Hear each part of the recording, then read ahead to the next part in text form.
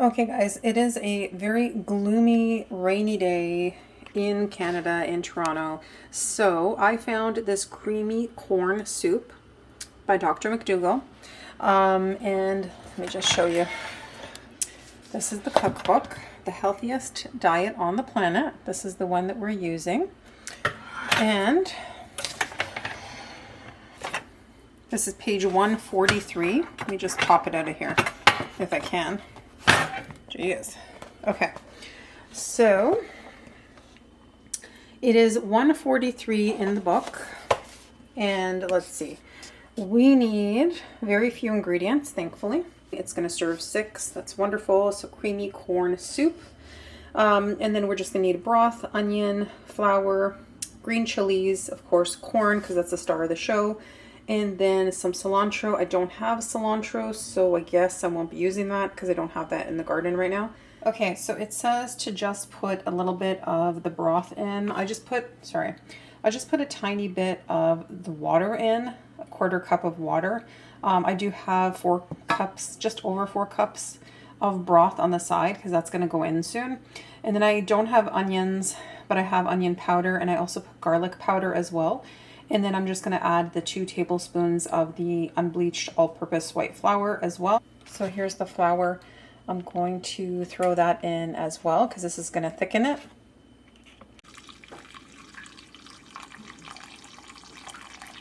Okay, so I have my little chilies. They're really diced in here. If you can find them like in a glass jar, even better. I can only find this old El Paso one. That's the only ones I can find. Let's go to the English side because who speaks French around here? Chopped green chilies is what it says. So yeah, looks like a jalapeno though. I don't know. Like, isn't chilies are supposed to be like a skinnier pepper from what I gather, but anyway, let's not go by the picture.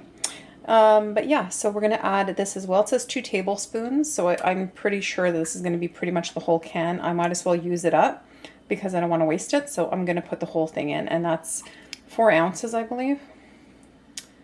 It says 113 mils. So yeah, if I put 2 heaping tablespoons, I'm sure it's going to be pretty much this can. It's not very big. So let's see.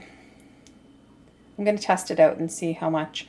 But I do like my things a little more flavorful, so even if it's a little more than that, I think I'd probably rather put a little bit more. So let's see. This got a little thick from the flour, which I think is the whole point, is to thicken the soup, but that's fine because we're going to blend it anyway, so it's not a big deal. I added the rest of my broth. So I make my own broth with just some of the bouillon. I do like a tablespoon of that, and I put in just over 4 cups of water, and I boil the water so it's nice and hot and it dissolves the bouillon really well. And that's going to be my yummy broth for my soup. So that's that. I'm going to add the chilies in now. Get that nice and flavorful, and then the corn goes in. So pretty easy, right? Like, oh, I have some flour stuck to my spoon. I guess I should get that off, eh? Let that dissolve a little. Okay. So let's do this. 1, 2. So I'm guessing that there's probably like 3.5 in here.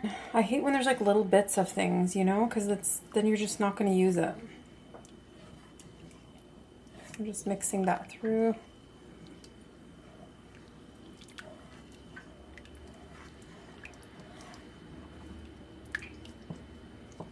Okay, maybe I'll just put this in a container because then maybe it could be used for another recipe. I guess there are more chilies in here than I thought. I thought it was literally just going to be like 2 tablespoons. It looks so small. And I do like heaping tablespoons. So maybe if you do normal tablespoons, you definitely have 4. So yeah, I'm just going to let that heat up a little. And then the corn goes in. And then it says to transfer it to the blender.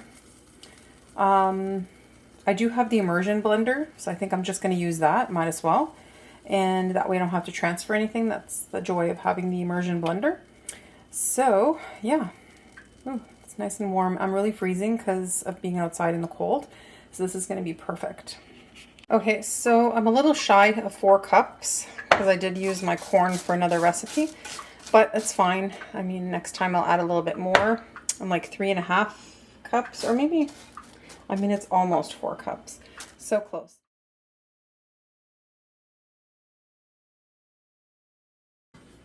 Give it a mix.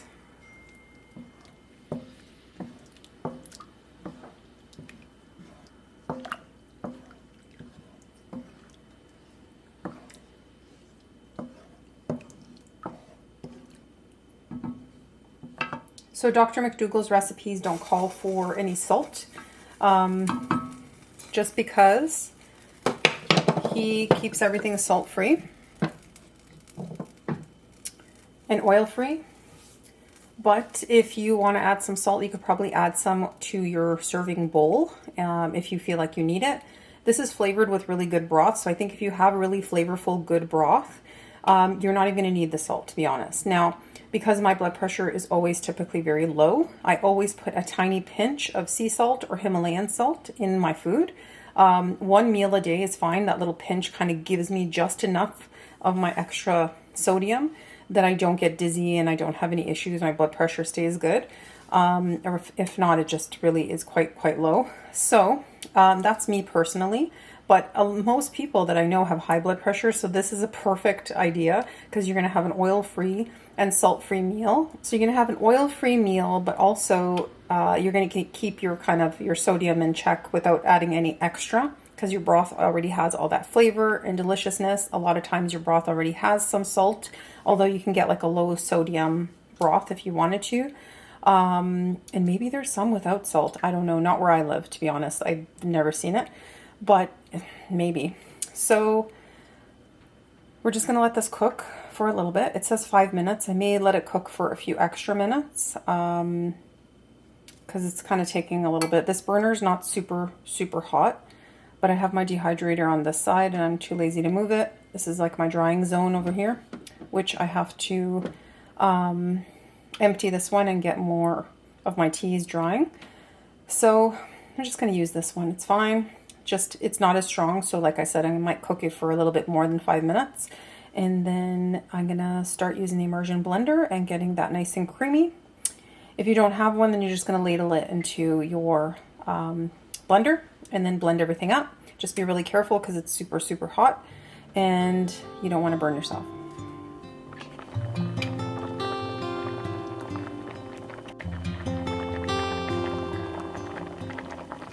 Okay, so I have my immersion blender ready to go. I'm just going to use this and just puree it down just a little bit, and that way it's really creamy and delicious. So we're going to ladle this on.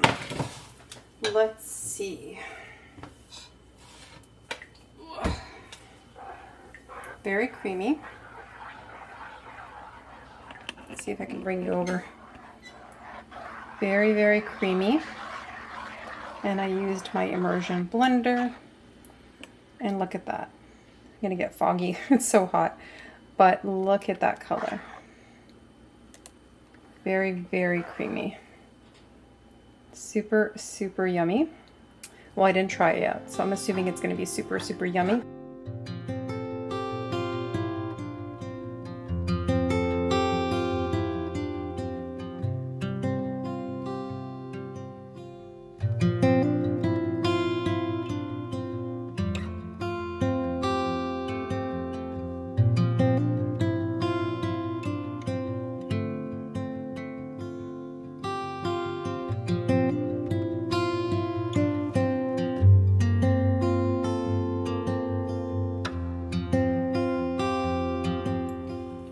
Okay guys, I just tried some and it's so delicious. It's very sweet actually because of the corn. I used peaches and cream corn, maybe that's why. But yeah, like it's very creamy, and there's no added milk, no added fat with, you know, any added milk into it as well, and it's just nice and creamy. Now if you did it in a blender, you're not going to get some of these chunks like I have here. But I like a little texture, so I prefer to use the immersion blender and just blend it down, and then I don't have to worry about transferring things as well to the blender. Yeah, so this Looks like a winner. Nice and cozy soup on a cold and rainy fall day here in Canada, in Toronto.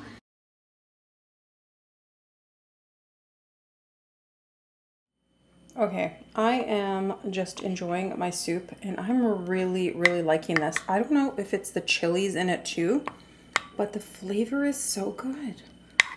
This is literally the easiest soup ever to make. Like, what the heck? Why didn't I try this sooner? I've had this cookbook in my bookshelf for so long. I feel like I've been really gypping myself. So this is going to be a staple for sure. This is really tasty.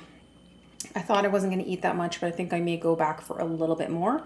This is an awesome starch, having corn too, because it's really, really filling. Oh my gosh, this is definitely a winner. I'm so glad that I tried this recipe.